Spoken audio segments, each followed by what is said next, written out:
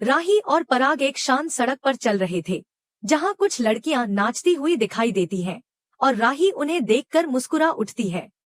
उसकी आंखों में चमक होती है और वह पराग की तरफ देखती है, जो चुपचाप उसकी खुशी को निहार रहा होता है। वह कहती है, धन्यवाद, आपने मेरे सपने को हकीकत बनाने में मेरी मदद की। अगर आप ना होते तो शायद मैं कभी डांस एकेडमी के बारे में सोच भी नहीं पाती।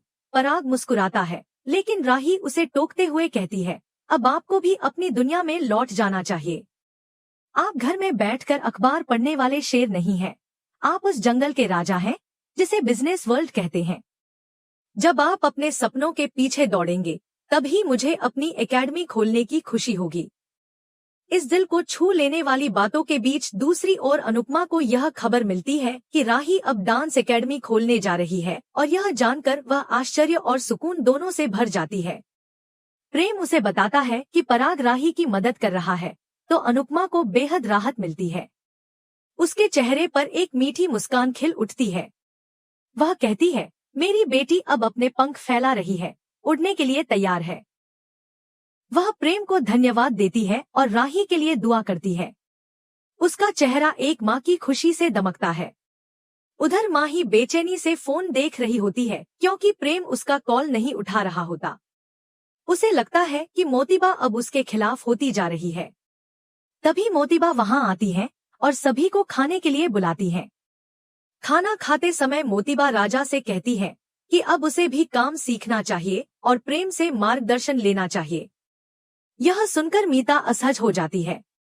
उसके मन में यह बात गूंजने लगती है कि पहले अनिल ने पराग के लिए सब कुछ छोड़ दिया था और अब राजा भी प्रेम के पीछे चलने वाला है। गौतम, जो हमेशा मीता के कान भरने में लगा रहता है, वहां आता है और मीता को भड़काते हुए कहता है कि इतिहास खुद को दोहराता है। पहले अनिल ने पराग को आगे बढ़ाया और अब प्रेम के हाथों राजा की बारी है। तुम देखना, प्रेम और माही मिलकर सब कुछ हथिया लेंगे। मीता यह सुनकर घबरा जाती है और वह कल्पना करती है कि कैसे मोतीबा और माही मिलकर उसे घर से निकाल रहे हैं। सपने में माही कहती है कि अब सब कुछ उसके और प्रेम के नाम है और मीता के पास कुछ भी नहीं बचा। मोतीबा उसे घर से बाहर निकालने के लिए कहती है और परी भी राजा से तलाक मांग लेती है। यह सपना इतना डरावना होता है कि मीता झटके से उठती है और तय कर लेती है कि अब वह अनिल से खुलकर बात करेगी। इस बीच अंश घर में खाना मांगता है, लेकिन प्रार्थना उसे बताती है कि घर में कोई नहीं है और वह चाहे तो वह कुछ बना सकती है। अंश कहता है कि वह नूडल्स खाना चाहता है। प्रार्थना खुशी खुशी नूडल्स बनाती है और दोनों मिलकर खाना बनाते हैं। अंश जब नूडल्स खाता है तो वह बहुत गर्म होते हैं और प्रार्थना उन्हें ठंडा करने के लिए फूंक मारती है। यह मासूम पल लीला देख रही होती है और चौंक जाती है कि कैसे दोनों करीब आ रहे हैं। दूसरी ओर अनुपमा और प्रेम चाय पीते हुए बातचीत करते हैं। अनुपमा स्पष्ट शब्दों में कहती है कि वह अबशा और कोठारी परिवार की किसी भी कहानी का हिस्सा नहीं बनना चाहती। वह प्रेम से कहती है कि 8 महीने जो कुछ भी हुआ, वो अब उसके जीवन का हिस्सा नहीं है। मैं वापस नहीं लौटूंगी। ये शब्द सुनकर प्रेम चौंक जाता है, लेकिन वह कुछ नहीं कह पाता। अनुपमा का फैसला अटल होता है। इधर प्रार्थना और अंश के बीच के मासूम पल जारी रहते हैं। दोनों मिलकर नूडल्स बनाते हैं और साथ समय बिताते हैं। वहीं दूसरी ओर अनुपमा और प्रेम गणपति बप्पा की आरती में शामिल होते हैं। इस आरती में राही भी अपने अपने स्थान पर शामिल होती है। अनुपमा ईश्वर से प्रार्थना करती है कि राही को जीवन में सफलता और शांति मिले। वहीं राही यह कामना करती है कि अनुपमा फिर कभी उसकी जिंदगी में ना लौटे। दोनों की प्रार्थनाएं एक दूसरे के विपरीत होती हैं, लेकिन दोनों ही ईमानदार होती हैं। आरती के बाद अनुपमा प्रेम को प्रसाद देती है और कहती है कि यह राही को जरूर दे देना। प्रेम घर लौटता है और राही गुस्से से उसे डांटती है कि वह कहाँ चला गया था। अगले ही पल वह उससे लिपट जाती है और पूछती है कि मुंबई का ट्रिप कैसा था। प्रेम हल्के से अनुपमा का नाम लेता है, लेकिन राही सुनते ही नाराज हो जाती है। वह चाहती है कि उसकी जिंदगी से अनुपमा का नाम भी मिट जाए। प्रेम चुपचाप उसका वीडियो रिकॉर्ड करता है जब वह मुस्कुरा रही होती है और वो वीडियो अनुपमा को भेज देता है। अनुपमा वीडियो देखकर भावुक हो जाती है। वह मुस्कुराती है और भगवान का धन्यवाद करती है। अगली सुबह वह बारिश का आनंद ले रही होती है। भारती उसे देखकर कहती है, काफी समय बाद तुम्हें मुस्कुराते हुए देख रही हूँ अनुपमा। अनुपमा कहती है कि यह मुस्कान शायद लौट आई है क्योंकि उसे भरोसा है कि राही अब अपनी राह पर चल पड़ी है। इधर जसप्रीत योगा सत्र आयोजित कर रही होती है, जहां मोहल्ले की महिलाएं इकट्ठा होती हैं। भारती अनुपमा को बताती है कि जसप्रीत योगा सिखाकर पैसे ले रही है और उसकी वीडियो बनाकर चैनल पर डाल रही है। इस दौरान योग करते हुए सरिता का हाथ अकड़ जाता है, लेकिन अनुपमा फौरन उसकी मदद करती है और उसे आराम मिलता है। सरिता खुश होकर धन्यवाद कहती है। जसप्रीत ताना मारती है कि अनुपमा के इस टैलेंट के भी पैसे लगेंगे, मगर अनुपमा सब हंसते हुए सुनती है और अपने मन की खुशी में खो जाती है। वह ईश्वर से प्रार्थना करती है कि उसकी बेटी राही को भी ऐसी ही मुस्कान और शांति मिले। इधर प्रेम राही को जगाता है और राही हड़बड़ाकर उठती है। उसे याद आता है कि उसे भगवान का भोग बनाना है, वरना मोतीबा नाराज हो जाएंगी। यहीं से अगली सुबह की हलचल और नई चुनौतियों की शुरुआत होती है। राही जैसे ही श्रीनाथ जी के भोग के लिए तैयार होकर आती है, उसके कदम थोड़े लड़खड़ा जाते हैं और वह पैर दबाते हुए धीमे धीमे चल रही होती है। मोतीबा पहले से ही भोग के लिए इंतजार कर रही होती है और राही के देर से आने पर नाराज होकर डांटने लगती है। राही विनम्रता से बताती है कि उसने कई दिनों बाद डांस की प्रैक्टिस की, इसलिए पैरों में काफी दर्द हो रहा है। लेकिन मोतीबा का गुस्सा और बढ़ जाता है। वह कहती है कि पहली बार श्रीनाथ जी के भोग में देरी हुई है और अगर अभी प्रैक्टिस में यह हाल है तो जब डांस स्कूल खुलेगा तब क्या होगा। तभी पराग से पूछती है कि क्या उसने बिना उनकी अनुमति के राही को डांस स्कूल खोलने की इजाजत दे दी। इस पर पराग जवाब देने ही वाला होता है कि प्रेम बीच में बोल पड़ता है और कहता है कि घर के हालात तो वैसे भी हमेशा चुनौतीपूर्ण रहेंगे, तो क्या इसके लिए कोई अपने सपनों को छोड़ दे।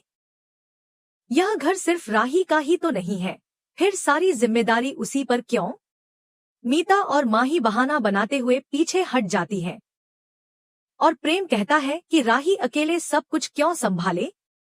इसी बीच ख्याति भी बोल उठती है कि जब उसने अपने करियर के लिए कुछ करने की सोची थी, तब किसी ने उसे यह विकल्प नहीं दिया कि वह घर और ऑफिस दोनों संभाल सकती है।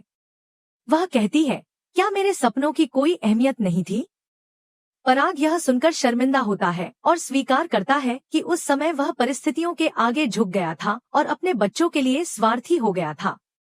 उसने गलती की थी और अब वही गलती दोहराना नहीं चाहता। वह ख्याति से कहता है कि अगर वह काम करना चाहती है तो पूरी स्वतंत्रता है, लेकिन ख्याति तंज कसते हुए कहती है कि यह आजादी इसलिए दी जा रही है ताकि कोई राही को कुछ न कहे। यह बात सुनकर पराग नाराज हो जाता है और कहता है कि हर बात का उल्टा अर्थ निकालना अब ख्याति की आदत बन चुकी है। ख्याति आहत हो जाती है और कहती है कि आप सब हमेशा मुझे ही गलत क्यों समझते हैं।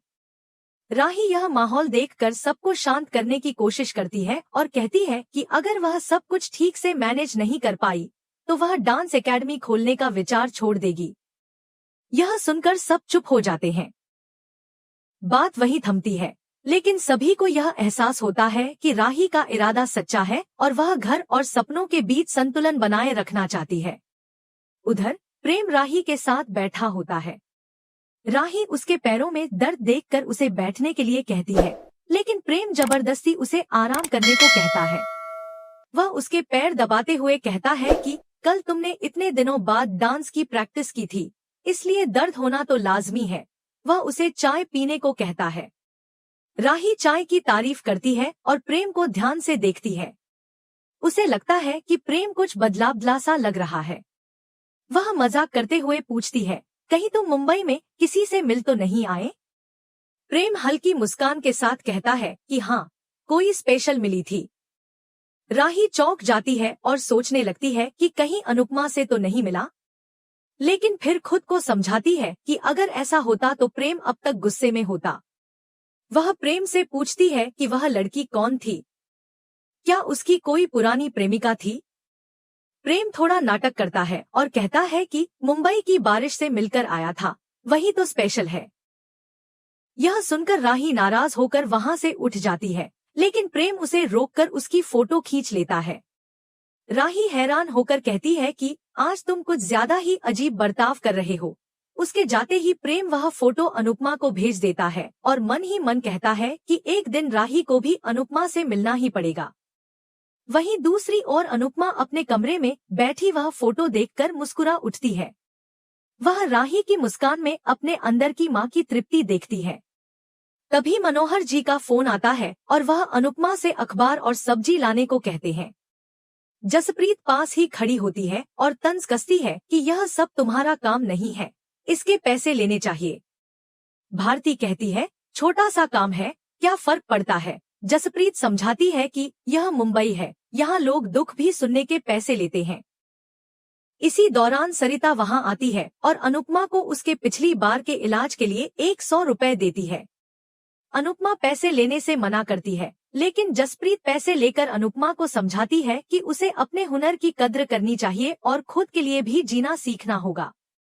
कहानी यहीं पर खत्म नहीं होती। अपकमिंग प्रोमो में हमें दिखाया जाता है कि भारती के पति जबरदस्ती उसे अपने साथ ले जाने की कोशिश करता है। मोहल्ले की औरतें चीख पुकार मचाती हैं। तभी अनुपमा सामने आ जाती है और डटकर भारती के पति का सामना करती है। वह मोहल्ले की औरतों को इकट्ठा करती है और कहती है कि अब डरने का वक्त नहीं है। भारती रोती हुई कहती है कि उसे समझ नहीं आ रहा कि क्या करे। अनुपमा उसका हाथ थामते हुए कहती है, औरत अपना सिंदूर किसी के साथ नहीं बांट सकती जब तक खुद न चाहे। तुम्हारा हक है खुद के लिए खड़े होने का। अनुपमा उसे बताती है कि कैसे उसके पति ने भी उसे धोखा दिया था, लेकिन उसने हार नहीं मानी। यह बात सुनकर भारती हैरान रह जाती है और उसे लगता है कि शायद अब वह भी खड़ी हो सकती है एक नई शुरुआत के लिए। एपिसोड यहीं खत्म होता है और दर्शकों के दिल में यह उम्मीद छोड़ जाता है कि नई राहें चुनने में देर हो सकती है, लेकिन असंभव नहीं होता।